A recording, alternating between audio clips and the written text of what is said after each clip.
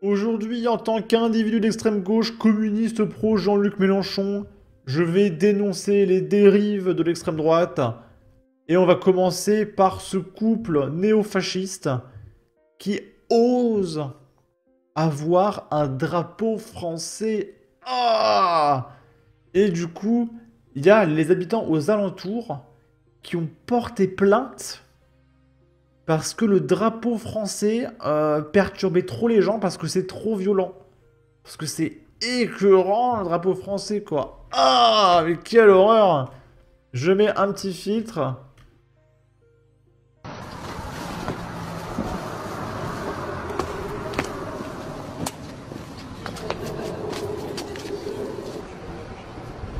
On va le prendre.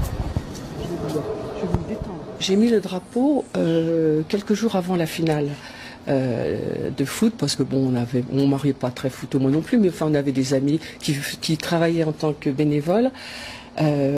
Supporter l'équipe française en France. Mais c'est cru où cette dame? À l'Euro 2016 à Nice. Donc pour participer un peu à leur action, on a mis le drapeau à ce moment-là. Et puis il y a eu le 14 juillet, donc là c'était surtout pour noter la fête nationale. Et puis après avec les attentats, on a dit bon, on fait comme à Paris, on laisse le drapeau en mémoire des victimes. Bah, ici, si vous voulez, j'ai une personne de l'immeuble qui m'a téléphoné, enfin qui avait déjà fait la remarque plusieurs fois à mon mari, et puis qui m'a téléphoné, enfin assez violemment au téléphone, pour me dire que c'était franchouillard, qu'il fallait que je l'enlève, que ça se faisait pas, qu'ils en avaient assez déjà de la vue de celui qu'ils avaient à côté. Et bon, j'ai dit écoutez non, je l'enlèverai pas.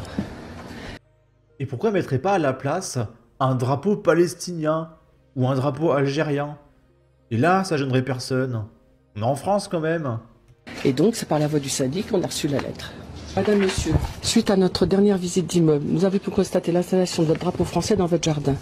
Nous tenions à vous remercier de votre patriotisme, mais sachant que les activités sportives estivales sont terminées, nous vous serions reconnaissants de bien vouloir déposer afin d'éviter tout débordement.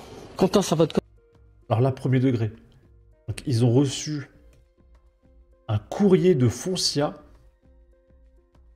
pour leur expliquer qu'ils ont installé un drapeau français, une installation, alors que c'est un pauvre drapeau, et que voilà, il fallait le retirer parce que c'est trop grave, quoi. Mais attends, mais c'est une blague. Enfin, je me suis beaucoup amusée.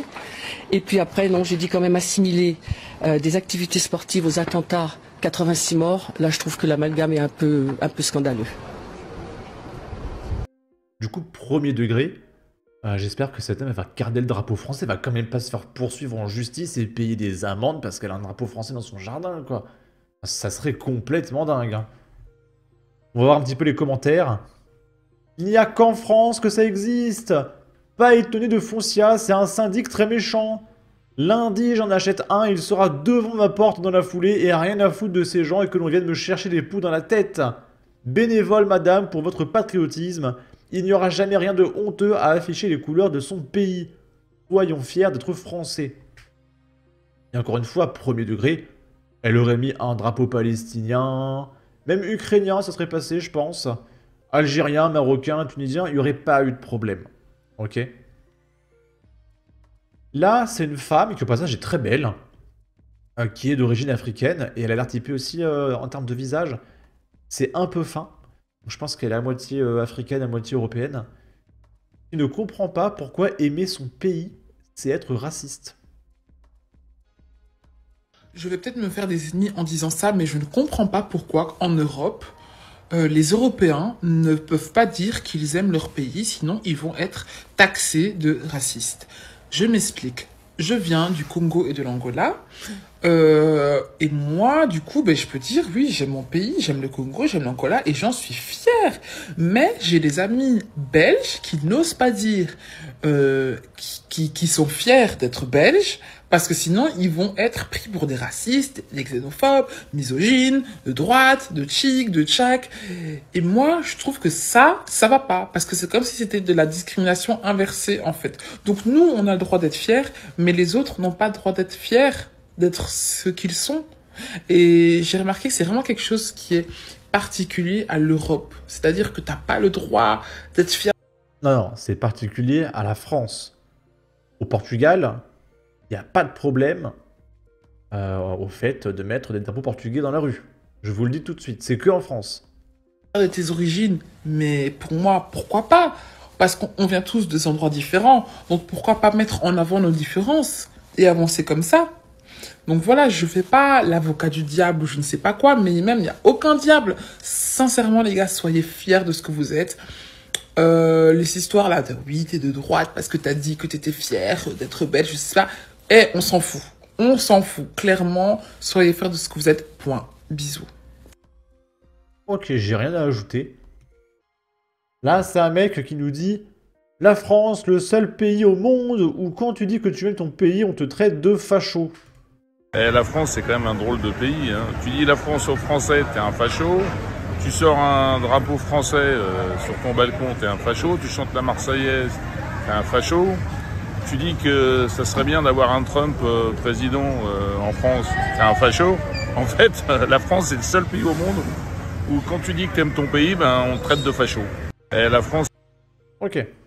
Et on va terminer avec un petit fait divers dans les Sables d'Olonne. Je crois qu'il y a Cro-Blanc là-bas, si je ne me trompe pas. Il y a un mec qui a agressé un couple de personnes âgées pendant un cambriolage et traîne le retraité sur 15 mètres. Le coupable, c'est Malkaz K, 43 ans, géorgien sous OQTF en récidive, et il a été condamné. Jeudi 13 février 2025, Malkaz, un homme de 43 ans, comparaissait devant le tribunal judiciaire des Sables d'Olonne pour vol avec violence commis 3 jours plus tôt chez 2 retraités sablés. Le lundi 10 février 2025, en rentrant de chez eux, un couple de retraités constate en ouvrant la porte de leur maison qu'un voleur se trouve à l'intérieur. L'intrus tente alors de s'enfuir en empruntant la baie vitrée. Le retraité, un ancien militaire, tente de maîtriser l'individu, mais celui-ci lui assène un coup de pied au visage, le faisant tomber au sol. Ni une, ni deux, le voleur rejoint son véhicule et démarre. Le retraité, qui réussit à se relever, se jette alors sur le volant et s'agrippe à la portière de la voiture, et il se fait traîner sur une quinzaine de mètres avant de finalement lâcher. Il affiche sur son casier judiciaire 7 condamnations, dont 6 pour des faits de vol.